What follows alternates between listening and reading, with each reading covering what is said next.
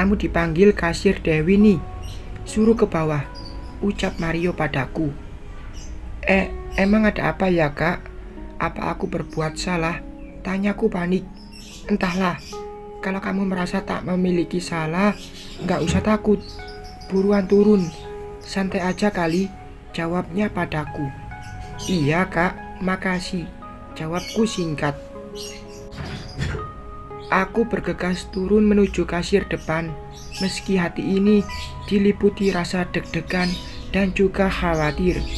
Sebisa mungkin, aku bersikap tenang agar tak nampak jelas jika lagi panik. Di depan kasir, kebetulan masih banyak customer yang sedang bertransaksi. Aku akhirnya menunggu sebentar. Berdiri di belakang meja kasir menjadi pilihanku kini. Senyum mereka selalu aku tunjukkan pada customer agar lebih terkesan ramah, karena itu termasuk salah satu SOP kerjaku. Selepas para customer pergi dan suasana terlihat sepi, barulah aku mencoba mendekati kasir. Ia tampak sibuk mengolah data yang berada di komputer. Entahlah apa yang ia lakukan. Melihatnya saja sudah membuatku pusing. Kak Dewi, ucapku lirih.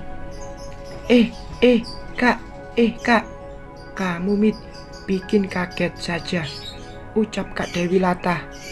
Maaf kak, habisnya aku udah berdiri dari tadi di sini. Sekali lagi, maaf ya kak, ucapku sungkan. Iya, nggak apa-apa. Habisnya tadi aku nggak lihat kamu kesininya, jadi tak tahu jika ternyata malah sudah berdiri di belakangku. Mit, kamu capek enggak? Tanya Kak Dewi kemudian. Enggak terlalu sih kak. Ada apa ya kak?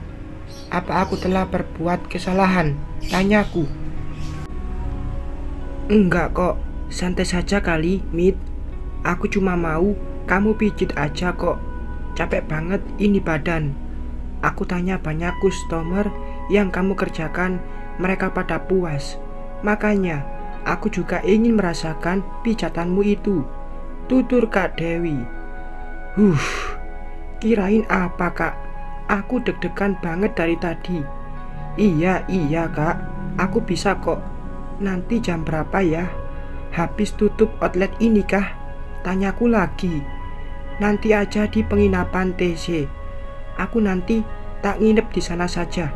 Kebetulan suamiku hari ini enggak bisa jemput, jadi terpaksa deh cari tumpangan dulu. Hehe, tutur Kak Dewi.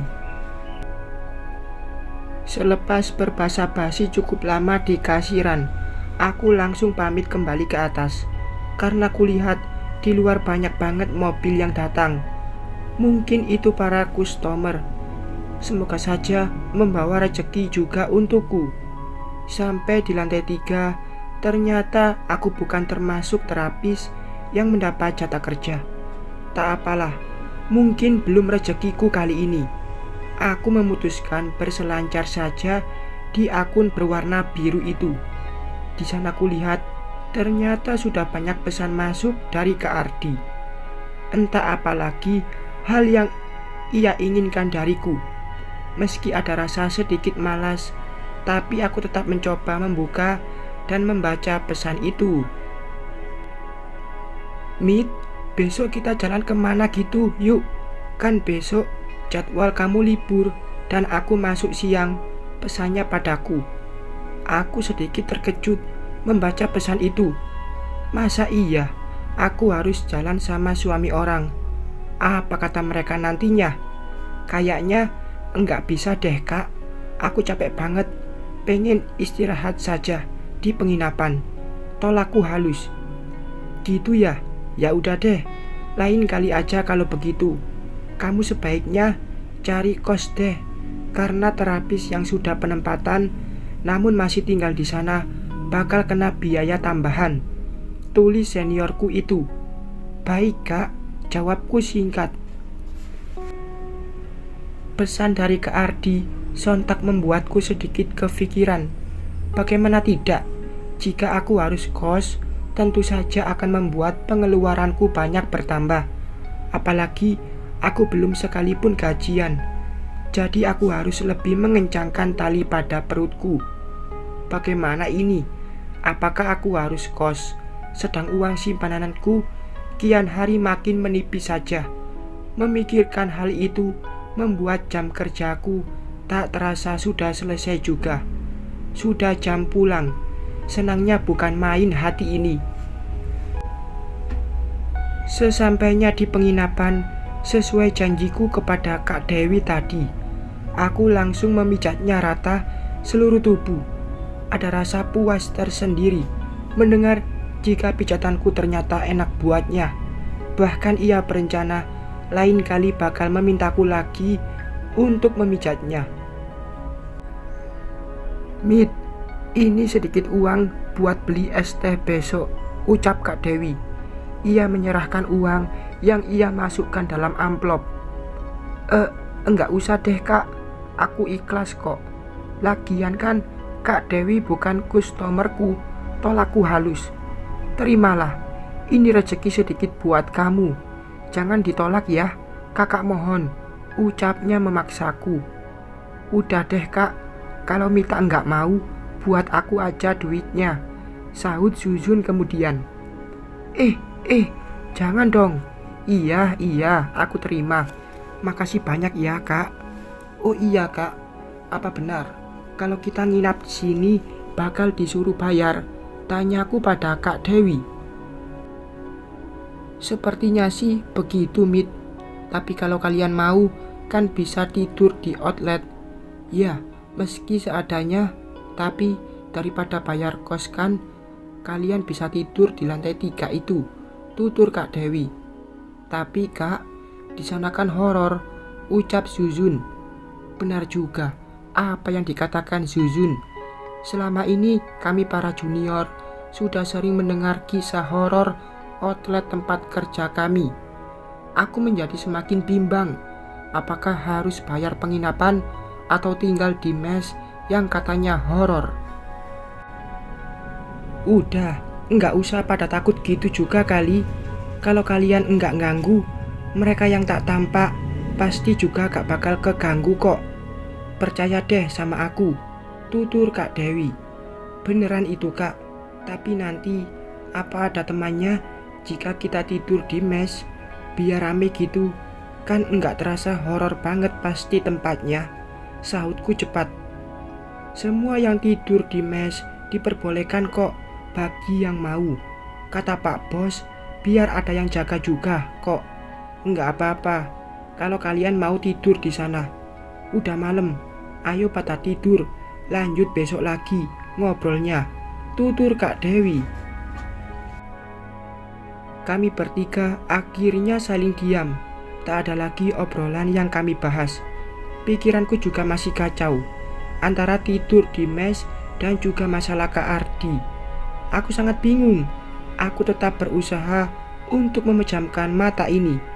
Paling tidak biar tak terasa sunyi saat kedua temanku sudah bisa tertidur nyenyak.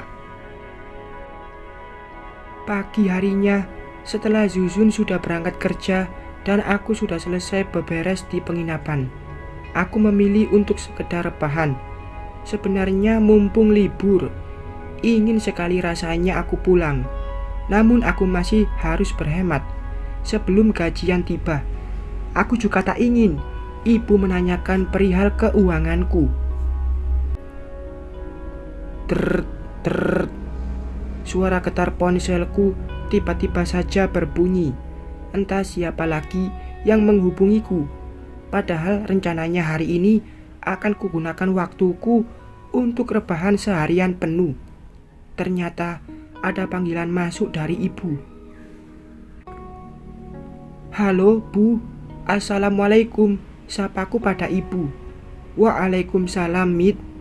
Kok kamu belum pulang juga sih? Apa enggak ada liburnya? Tanya ibu.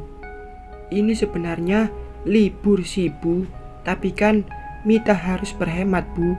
Mita belum gajian, masih lama juga, jawabku kemudian. Ya Allah Mit, Emang buat ongkos pulang aja, apa udah nggak ada? Kamu kan nanti bisa minta ibu lagi, tutur ibu padaku. Ya ada sih bu, tapi kan harus ku hemat-hemat sampai gajian nantinya. Aku tak ingin terus membebani ibu. Mana masih ada hutang ponsel sama uang saku pas aku berangkat kemarin pula, keluhku padanya. Ngomong apa sih kamu itu? Udahlah, ibu ikhlas kok. Jangan berpikir yang macam-macam. Cari duit yang benar buat tabungan masa depanmu nantinya. Ya udah, ibu mau rewang dulu di tempat mbok kasih, tutur ibu padaku. Baik bu, makasih. Doakan terus anakmu ini, ucapku mengakhiri obrolan. Mengingat ucapan ibu membuatku sedikit teriris. Bagaimana tidak, aku tak bisa membayangkan reaksi ibu yang melihat pekerjaanku sebenarnya. Belum lagi jika ibu tahu hubunganku dengan Kak Ardi. Memikirkan hal itu membuatku pusing sendiri. Apakah emang begini rasanya jadi pelakor? Aku masih saja kepikiran bagaimana jika istrinya tahu, belum lagi nanti teman satu kerjaanku tahu. Pasti aku bakal dijadikan bahan gibah oleh mereka. Bahkan hal terburuk, bisa saja nanti aku dikeluarkan dari pekerjaanku ini. Lebih baik aku melihat akun biruku deh, buat ngilangin penat. Mit, ayo kita main bareng. Aku udah di depan penginapan nih, pesan Kak Ardi padaku. Maaf kak, aku nggak bisa. Lagian, aku juga lagi kurang enak badan ini. Sekali lagi, maaf ya kak, balasku kemudian. Aku masih saja memikirkan alasan selanjutnya. Ya udah, temani aku cari sarapan aja kalau gitu. Nggak ada tapi-tapian, harus mau, balasnya lagi. Kalau sudah begini, mau gimana lagi? Akhirnya aku bersiap menemuinya. Setelah memastikan penampilanku sempurna, aku langsung menuju halaman penginapan. Dari kejauhan sudah nampak Kak Ardi yang duduk di atas motornya. Bisa-bisanya ia bersikap begitu. Bagaimana jadinya jika ada orang kantor tahu? Pasti aku bakal diinterogasi oleh mereka. Hai kak, udah lama, sapa aku padanya. Belum ada 1 hari maksudnya. Kamu lama banget, ngapain aja? Nggak tahu apa, aku nungguin dari tadi, jawabnya. Ya maaf, ini mau dilanjut ngomelnya, apa mau cari sarapan? Tanyaku cepat. Buruan naik, perintahnya. Ia menyerahkan helm untuk kupakai. Sepanjang jalan, kami hanya saling diam saja. Aku cuma berharap tak ada teman yang melihat aku dibonceng oleh seniorku ini. Sepertinya Kak Ardi tahu akan isi pikiranku. Ia ternyata membawaku jauh dari lingkungan outlet tempat kerjaku. Ia menghentikan motornya di salah satu warung soto tak jauh dari penginapanku. Turun, kita sarapan di sini saja, ucapnya padaku. Tanpa merespon ucapannya, aku bergegas turun dan menyerahkan helm itu padanya. Aku langsung masuk dan duduk di salah satu bangku kosong yang tersedia. Soto dan es tehnya 2 porsi ya bu, ucap Kak Ardi pada penjualnya. Baik, ditunggu sebentar mas, mbak, jawab pemilik warung. Kami berdua kompak mengangguk padanya. Setelah ia berlalu, aku kembali membuka ponsel jadulku. Karena sejujurnya, aku bingung mau ngapain. Belum lagi harus duduk berdekatan dengan seniorku, si manusia kutub ini. Udah, jangan mainan ponsel, nggak ada yang penting juga kan, ucapnya padaku. Iya kak, emang istri kakak nggak tahu kalau kamu menemuiku, tanyaku hati-hati. Ya enggak lah, mau diri apa? Andaikan dulu aku kenal lebih dulu dengan kamu, pasti kamu yang aku nikahi. Tapi ya sudahlah, yang penting kita bisa berdua, tuturnya padaku. Uh, uh. Maksud kakak apaan? Tanyaku. Aku benar-benar dibuat terkejut olehnya. Ya itu, tadi kita jalan bareng tanpa orang lain tahu. Jawabnya padaku. Maksudnya pacaran gitu? Kakak kan suami orang, ucapku polos. Emang kenapa? Nggak ada yang salah juga kok. Lagian kemarin kamu juga sudah sanggup kan? Ayolah, bantu dan tolong aku. Aku ini seniormu, pintanya padaku. Kalau ketahuan bagaimana? Tanyaku lagi. Jangan dipikirin, biar itu menjadi urusanku.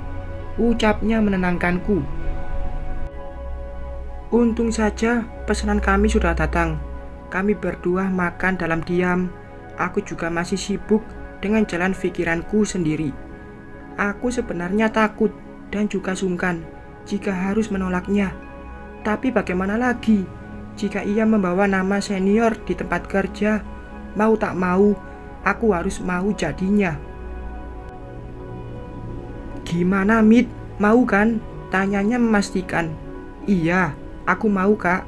Tapi aku tak mau terjadi hal buruk padaku. Jawabku mengingatkan. Udah, santai saja. Mulai minggu depan, aku akan atur jadwal biar kita bisa libur di hari yang sama. Jadi kita berdua bisa jalan bareng terus, tuturnya padaku. Baik, Kak. Tapi jangan pernah memaksaku jika sedang tak bisa. Balasku lagi. Kami berdua akhirnya melanjutkan makan kami hingga tandas. Sekarang aku harus siap jalan dengan suami orang. Semoga saja ia tidak macam-macam. Aku juga heran dengan pikiranku sendiri. Mengapa aku tak pernah bisa menolak permintaannya? Bagaimana nanti jika aku jalan dengannya terus? Bagaimana respon teman-temanku juga? Entahlah, pikirkan nanti saja. Karena yang aku pikirkan saat ini bisa cepat pulang dan terlepas dari seniorku ini. Bagaimana resiko jalan bareng suami orang? Kita lihat saja esok hari. Bersambung.